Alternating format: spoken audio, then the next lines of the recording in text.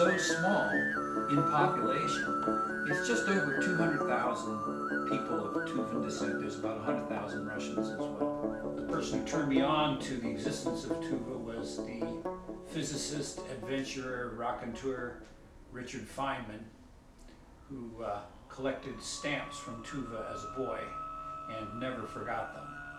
And in those stamps, there are marvelous scenes of a Siberian Shangri-La, and you wonder what in those stamps is fantasy and what in those stamps is real. And to a surprising degree, a lot of what you see, most of what you see on those stamps has some connection to how life was at one point and still is in many ways in Tuva.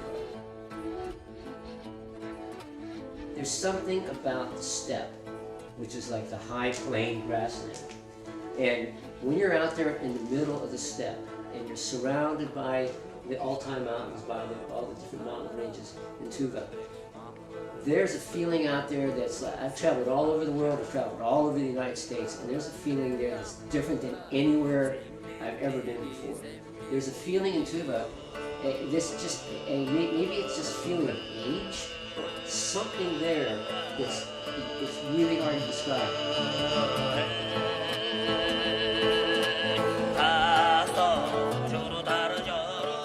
I remember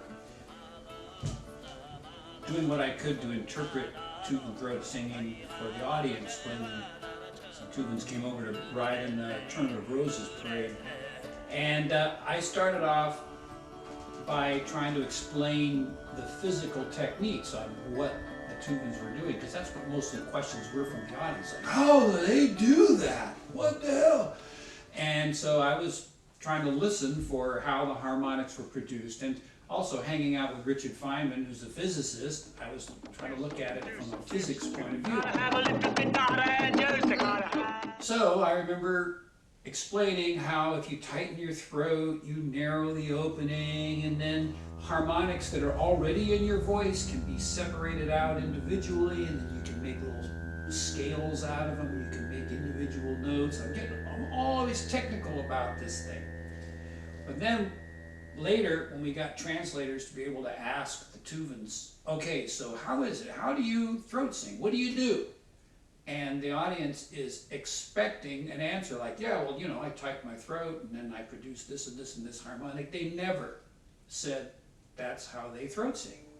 They said, well, what I do is I imagine I'm on my horse and I'm looking out over the steppe and I'm seeing the sheep going back and forth like the wind, and when those pictures come into my mind, then I make sounds to fit with those pictures. It was always a poetic description.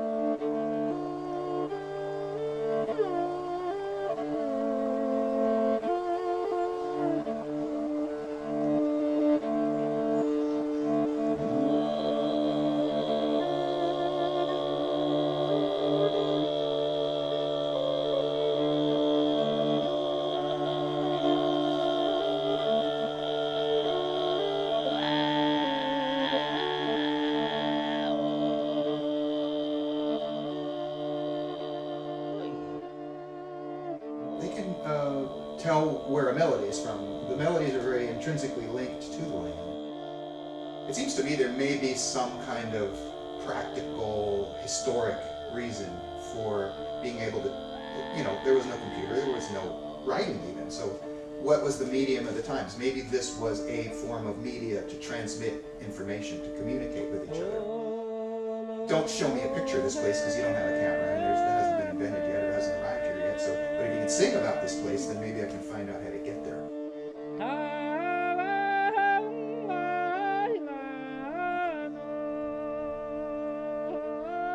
This is the living embodiment of this culture that has endured for how many years? We don't know.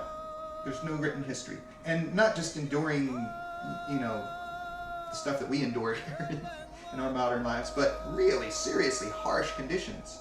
People trying to take them over, There were periods of time where many of them were massacred. They killed a whole bunch of shamans at one period of time. They killed a whole bunch of musicians, or they burned music. You know, for them, for this culture to be here is against all odds. They had to hide their instruments in caves for many years. And yet, somehow in their psyche, They kept it alive.